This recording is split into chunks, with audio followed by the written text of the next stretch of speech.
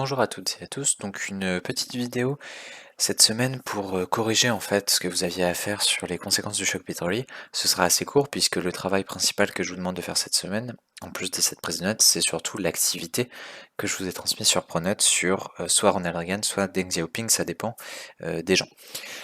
Donc pour revenir un petit peu sur les conséquences du choc pétrolier que vous aviez présenté dans la vidéo, il y en a plusieurs types. Première conséquence, vous pouvez faire des tiens, ce sont les mesures prises pour limiter la consommation d'énergie. Vous en avez plusieurs. Vous avez l'arrêt des émissions de télévision à 23 heures, vous avez la limitation de la vitesse sur les routes, vous avez l'interdiction de la publicité, de l'éclairage la nuit, vous avez des économies de chauffage, etc. En France, par exemple, l'heure d'été, vous savez, on change d'heure 2 fois par an, il y a l'heure d'été et l'heure d'hiver, a été décidée justement en 1976 par Valéry Giscard d'Estaing pour économiser de l'énergie.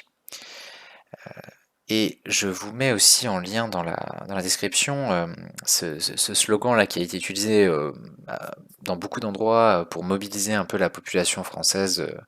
On n'a pas de pétrole, mais on a des idées pour dire que oui, alors peut-être que la France n'avait pas de pétrole, mais que l'inventivité allait permettre de trouver des solutions, etc. Je vous mets une publicité en lien dans la description, et puis ça devrait s'afficher là, pour que vous alliez voir un peu comment on essayait de faire passer ce message-là. C'était vraiment un slogan qui était très utilisé à l'époque pour essayer de mobiliser un peu les gens. Ça, c'est le premier type de conséquence. Deuxième conséquence, évidemment, c'est si on manque de pétrole, on manque d'essence. Et là, je vous ai mis deux photos qui sont assez représentatives de ce qui pouvait se passer dans la période. À gauche, un pompiste qui se trouve à Las Vegas dans une station et qui, devant un panneau où il explique qu'ils n'ont plus en fait de pétrole, on ne peut pas faire le plein. Et à droite, un cycliste qui circule dans une rue parisienne avec ce panneau réclamant de l'essence puisqu'il ne peut plus remplir le réservoir de sa voiture, donc il est obligé de se déplacer en vélo. Donc ça, évidemment, ça pose quand même des gros problèmes au quotidien, on va dire.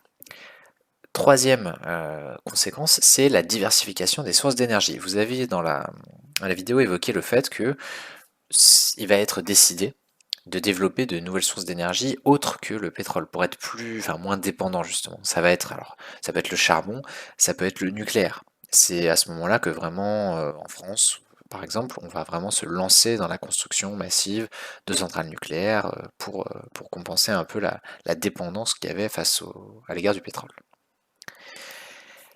Et enfin, dernière conséquence qui est un peu plus globale, on va dire, c'est la baisse d'activité de manière générale, la suppression des postes, l'inflation, en fait l'installation d'une crise économique mondiale à plus long terme, parce que les économies sont très dépendantes du pétrole. Vous avez sur ce graphique-là, on en a parlé déjà avant, mais le fait qu'il y a eu, à cause des chocs pétroliers, on voit très bien sur cette courbe là par exemple en vert, le fait que le chômage dont on avait parlé, on a dit que le chômage était très bas pendant assez longtemps, le fait que le chômage va augmenter quand même assez fortement, de manière assez progressive et continue durant cette période, et notamment à cause des chocs pétroliers. Vous avez un ralentissement très fort de la croissance. Alors là, comme c'est tous les pays de l'OCDE, ça s'observe pas très bien, même si on voit que la croissance reste globalement après 1974 en dessous de 4%.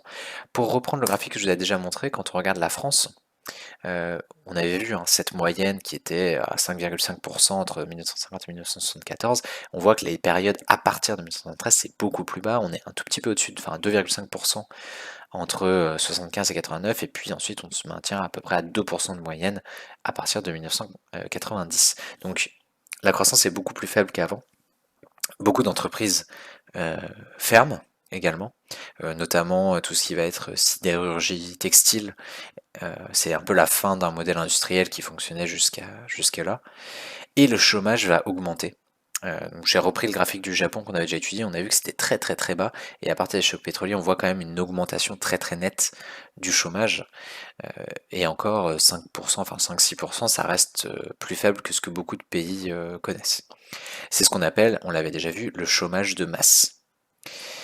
Et également, il y a une augmentation des prix qui rend les choses plus difficiles pour les ménages. Et donc, ce que vous pouvez noter pour conclure un petit peu là-dessus sur ce choc pétrolier, c'est que c'est la fin vraiment d'une période de croissance forte. Et symboliquement, pour ce qui concerne enfin, cette expression qu'on utilisait parfois, c'est aussi la fin de ce qu'on a appelé parfois les 30 glorieuses.